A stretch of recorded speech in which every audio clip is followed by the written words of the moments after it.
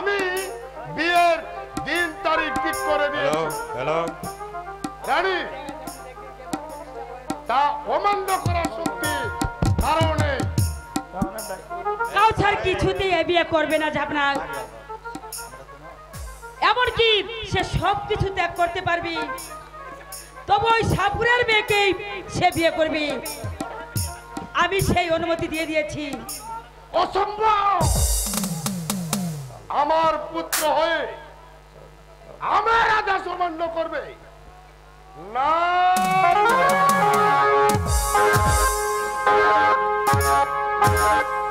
এ অপমান আমি কিছুতেই সহ্য করব না। অজির সাহেব, এই মুহূর্তে কাউসারকে বন্দী করে কারাগারে রাখুন। আপনার আদেশ আমাদের রাজ্য জাহাপনা। না না, কাউসারকে আবার বন্দী করে নাই জাহাপনা। আপনার এই নিষ্ঠুর আদেশ আমি ফিরিয়ে নিই। আমি মরব, তবু আমার হুকুম লড়বে না। তবু যদি আমায় বিরক্ত করো তাহলে ভালো হবে না বলছি। কেননা প্রজাদের মনে তুমি আর বরকতকা বিদ্রোহের আগুন জ্বালিয়ে দিয়েছো। জাহাপনা, নির্দোষীকে দোষী করবেন, আপনার কি এতটুকু দয়া নেই? নিজের অসৎ কাজে লিপ্ত হয়ে প্রজাদের সুন্দরী মা বোনকে অপহরণ করবেন, তাদের স্বামী পিতা মাতা নীরব দর্শক হয়ে পড়ে থাকবে। আপনার লজ্জা করে না জাহাপনা? ঘরে আপনার স্ত্রী পুত্র থাকতেও আপনি প্রজাদেরকেও এসব করে যাচ্ছেন। কি তোমার এই শ্রদ্ধা? তা নয়তো কি, নিজেই যে আপনি চরিত্রহীন। একমাত্র আপনার ইঙ্গিতেই ওই নরসিংহ এসব করছেই। আমাকে বেশি উত্ত্যক্ত করো না রানী। সাধু পুরুষ আপনি নন জাহাপনা। বলুন, ওই অসৎ পথ আপনি ছাড়বেন কিনা? শয়তানি! তাহলে আমি আজই তোর ববলীলা শেষ করে দিচ্ছি। আমার প্রাণ গেলেও আমি অসৎকে কখনো প্রশ্রয় দেব না। করুন, আপনি আমাকে হত্যাই করুন, তবুও যে আমি সান্ত্বনা পাবো। স্বামীকে সৎ পথে আনতে গিয়ে আমি প্রাণ দিয়ে দিয়েছি। বেশ, তাহলে তোমার স্বামী ভক্তির উপহার দিচ্ছি। না, না,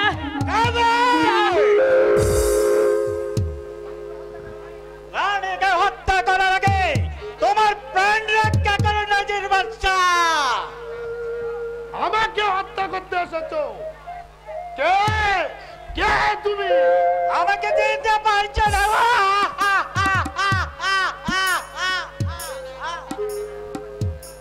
একদিন তোমার অধীনস্থ প্রজা ছিলাম, তাই তোমার অত্যাচারে আমি জর্জরিত হয়ে আজ হয়ে গেছি দর্শক।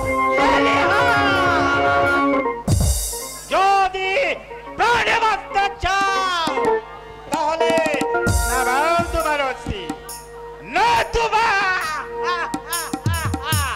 এই দুটি বুলেটের সাঙ্গ হয়ে তোমার অবলীলার কেস হয়ে যাবে চুকের পলকে।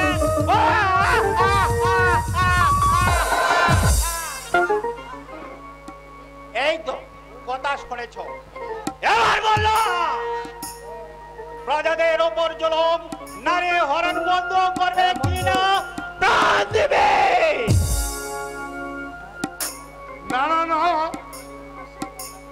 আমি তোমাকে সেই কৈফিয়ত দেব না। কৈফিয়ত দিবে না?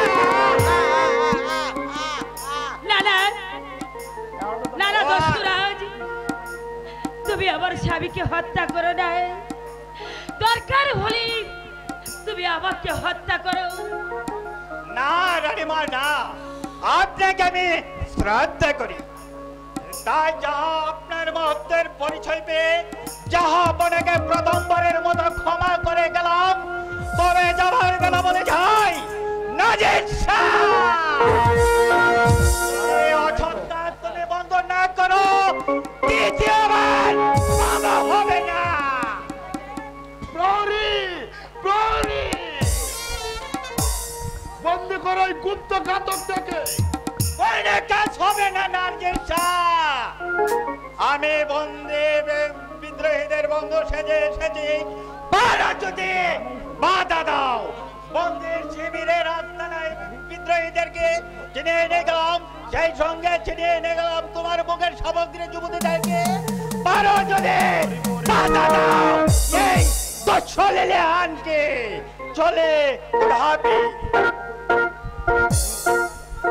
না না না, এই অপমান আমি সহ্য করব না। রানী, তুমি অন্দর মহলে যাও, আমি বিদ্রোহীদেরকে দমন করার জন্য সেনাপতি সাহেবকে আদেশ দিয়ে আসি, আর বুঝিয়ে দেব নাজির শাহ শুধু শক্তি বলো আছে, আর যদি না পারি লিখে আমার নাম নাজির শাহ। না না, আবার এভাবে ভেঙে পড়লে চলবে না। কষ্ট হয়েছে গো। ওই পথ থেকে আমার স্বামীকে যে ফিরে আসতেই হবে, তা না হলে যে তার কোনো ক্ষমা হবে না। হে খোদা, তুমি আমাকে শক্তি দাও, খোদা তুমি আমাকে শক্তি দাও, শক্তি দাও।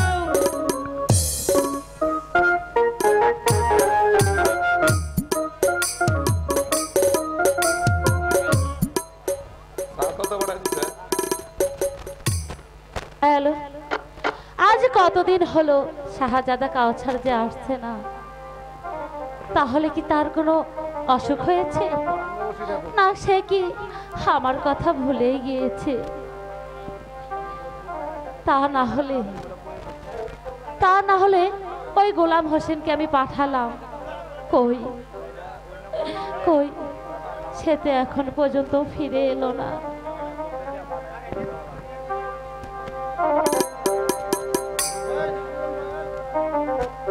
আমার সোনা বন্ধুরে তুমি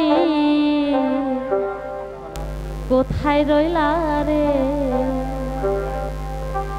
দিনে রাইতে তোমার আমি, দিনে রাইতে তোমার খুঁজা মরি রে। আমার সোনা বন্ধুরে তুমি কোথায় রইলা রে? আমার সোনা বন্ধুরে তুমি কোথায় রইলা রে? খোদা, তাহলে কি আমার শাহজাদাকে আমি আর কোনোদিনও ফিরে পাবো না খোদা? তুমি বলে দাও খোদা।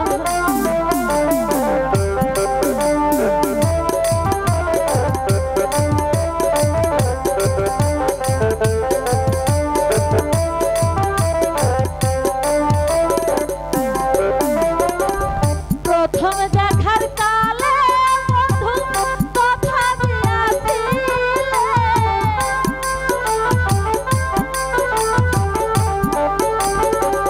প্রথম দেখার কালে বন্ধু কথা দিয়াছিলে, ভুলিবে না মোরে এই জীবন কালে, ভুলিবে না মোরে এই জীবন কালে, যদি না পাই তোমারে আমার জীবনের তরে, না পাই তোমারে আমার জীবন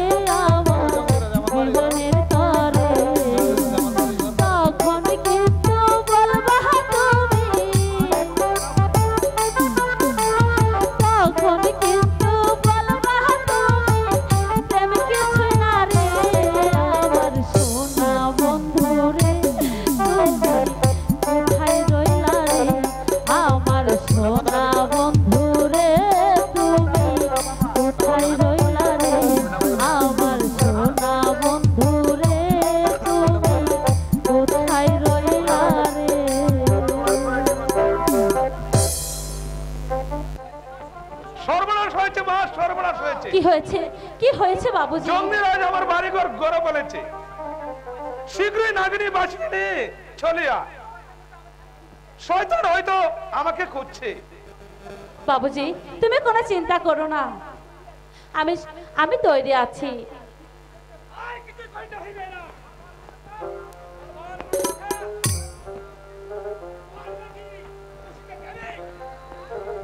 কি প্রাণ দেবে? ওরে শয়তান, সেদিনের অপমান কি তোদের মনে নেই? আজ আবার এসেছিস প্রাণ দিতে? যা যা যা, আগে যা, নতুবা প্রাণ তুই রক্ষা পাবে না।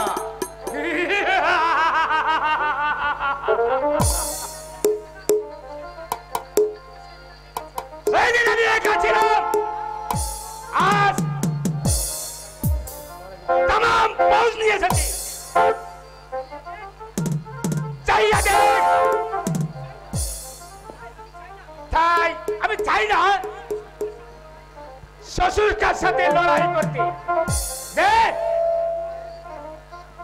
তোর বেটিকে আমার হাতে তুলে দে, তুই জানিয়ে পালিয়ে যা, नहीं जी बैठो, জোর করে নিয়ে যাবো। দরকার হয় মারবো, তবু তোর মতো জঙ্গলি খেয়ে আমার বেটিকে থলিয়ে দেব না। দেবে না। যদি হিম্মত থাকে তো আজ যুদ্ধের স্বাদ মিটিয়ে দে। আমি তৈরি আছি। আও আও বীর পুরুষ, কাহার বাহুতে কত শক্তি আছে দেখে নে।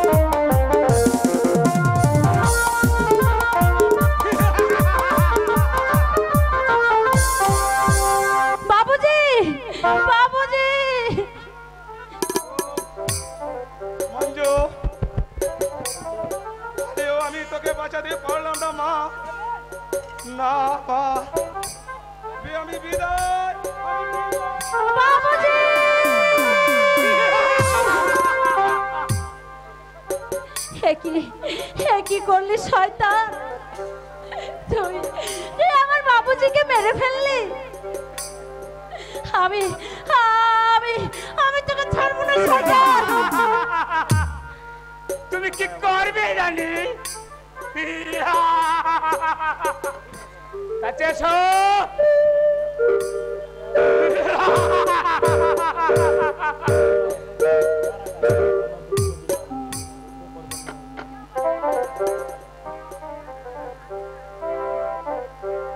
ওরে পিন্দারে পলাশের বন পলাহাবো পহলাবো, পিন্দারে পলাশের বন পলাহাবো পহলাবো। একটা ইঁদুরে ঢোলে কাঁধে, ও কাঁধে রে বতরে পিরিতের ফুল ফোটে, বতরে পিরিতের ফুল ফোটে। আমাকে যেতে দে শয়তান।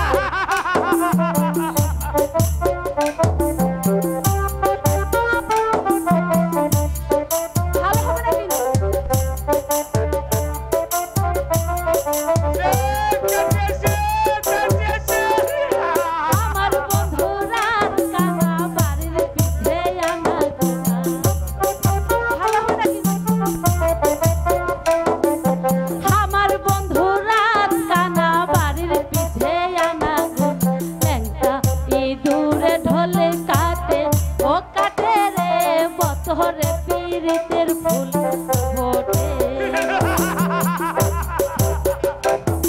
দে, আমাকে ছেড়ে দে বলছি। তুই তুই আমার বাবুজিকে মেরে ফেলেছিস, আমাকে যেতে দে। যেতে দে বউ। এসো কাছে এসো, কাছে এসো। আমি যাব না, এসো। ছেড়ে দে। বন্দি কারাগারি মা, আমি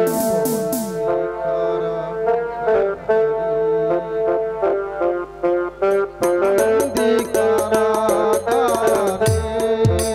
মা, আমি বন্দি কারাগারে।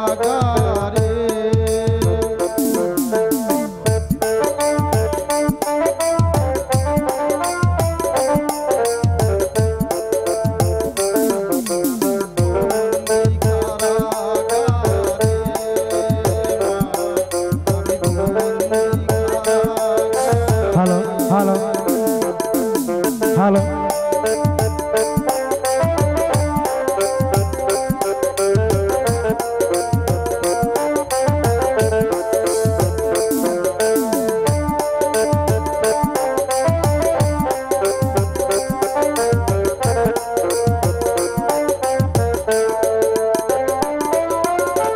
জেলখানার কম্বল, ঝাঁকাবালি কম্বল, এ থানায় অন্য কিছু মেলে না, অন্য কিছু মেলে না। সকাল আর সন্ধ্যায় দুই বেলা রুটি দেয়, সকাল আর সন্ধ্যায় দুই বেলা রুটি দেয়, রুটির পেট ভরে না আমার, আমি বন্দি কারাগারে, আমি বন্দি কারাগারে।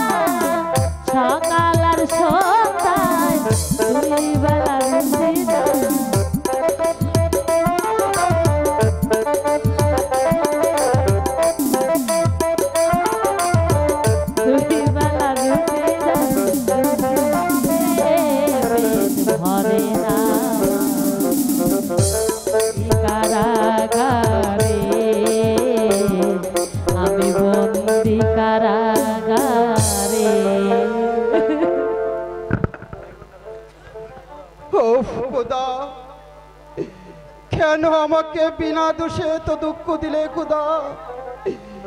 কি অপরাধ করেছিলাম খুদা?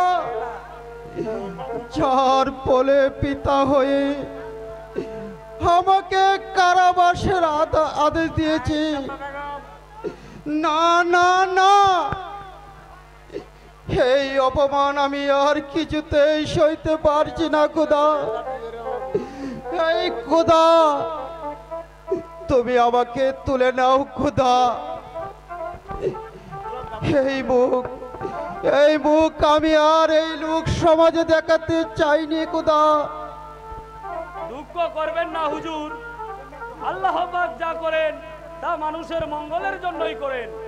বলুন কেঁদে আর কি লাভ? গোলাম হোসেন,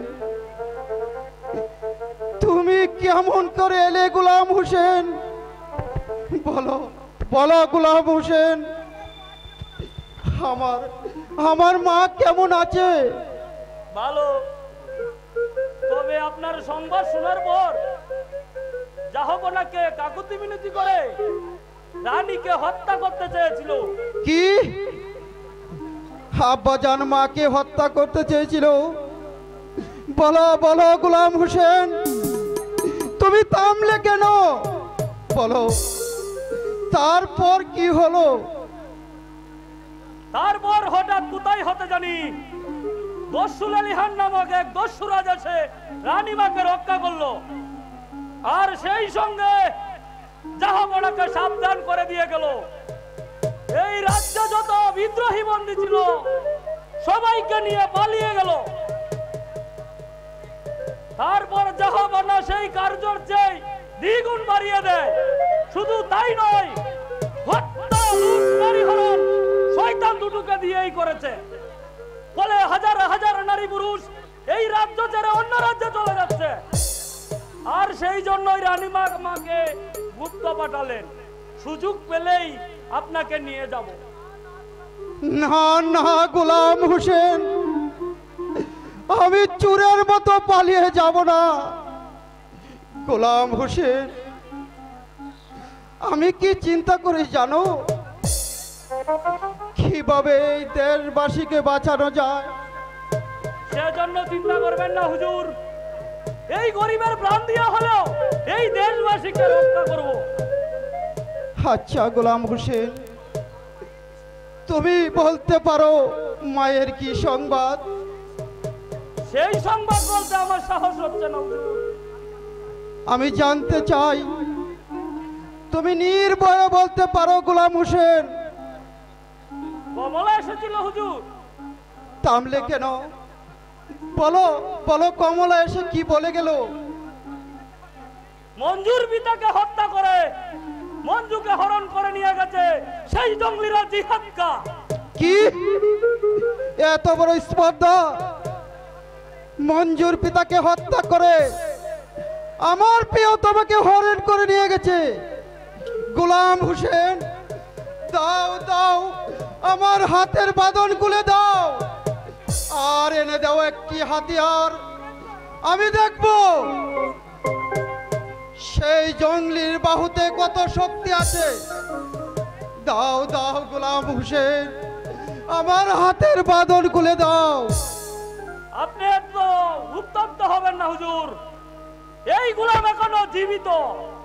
আপনি নিশ্চিন্তায় থাকুন, সুযোগ পেলেই রানীমা আপনাকে উদ্ধার করে নিয়ে যাবে। আর আমি এখনই মঞ্জুর উদ্দেশ্যে রওনা হব, চিনিয়ে আনবো সেই মঞ্জুকে, আর হত্যা করবো সেই জঙ্গলিরা জিহাদকা। আর যদি না পারি তাহলে এই মুখ আর আমি কাউকে দেখাবো না, কাউকে দেখাবো না। সত্যি সত্যি গোলাম হোসেন চলে গেল। ও খোদা, এখন আমি কি করব খোদা? তুমি আমাকে পথ বলে দাও খোদা, তুমি আমাকে পথ বলে দাও। আমাকে গ্রহণ করলে তোমার পথ মুক্ত। বলো কাউসার শাহ, আমাকে গ্রহণ করবে নাকি সারা জীবন এই অন্ধকার কারাকক্ষে তুমি জীবন কাটাবে? না না শয়তানি, তোর মতো নষ্ট মেয়েকে আমি কোনোদিন গ্রহণ করব না। দূর হয়ে যাবে সামনে থেকে, নয়তো বা ভালো হবে না বলছি। দূর হয়ে যা। হ্যাঁ, তাহলে দেখছি সোজা আঙুলে ঘি উঠবে না। তবে শেষবারের মতো বলছি শাহজাদা কাউসার, আমাকে যদি তুমি গ্রহণ করো তাহলে তুমি পাবে মুক্তি, আর তা না হলে এই চাবুকই হচ্ছে তোমার একমাত্র সম্বল। বলো, আমাকে চাও নাকি এই চাবুক চাও? এই এক মন একজনকে দেওয়া যায়, তবু যদি তুমি আমাকে বিরক্ত করো তবে মনে রেখো, কোনোদিন যদি মুক্তি পাই তাহলে আমি প্রতিশোধ নিবই। সেই সুযোগ আর তুমি পাবে না শাহজাদা কাউসার, আর ওই শয়তানি সাপুরি আর মেয়েকেও পাবে না। এই চাবুকই হচ্ছে তোমার সাথী।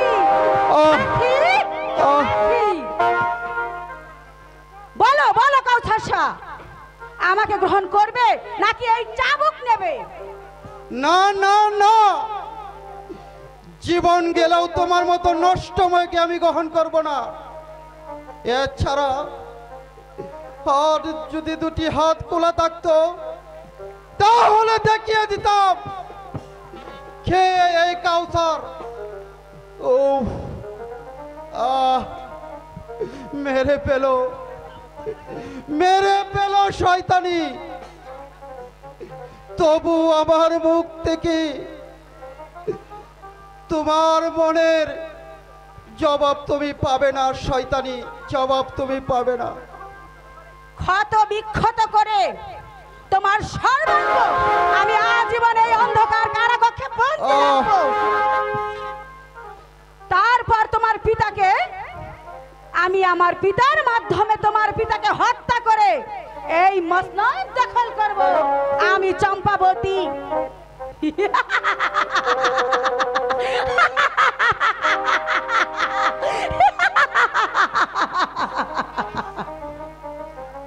বলো কাউছার শাহ, এখনো তুমি ভালোই ভালোই রাজি হয়ে যাও। না না না, ওগো ওগো, কে কোথায় আছো? দাও দাও, আমার বাঁধন খুলে দাও, আর একটা হাতিয়ার এনে দাও। ও খোদা, কেউ কি নেই? দিবে না একটি হাতিয়ার?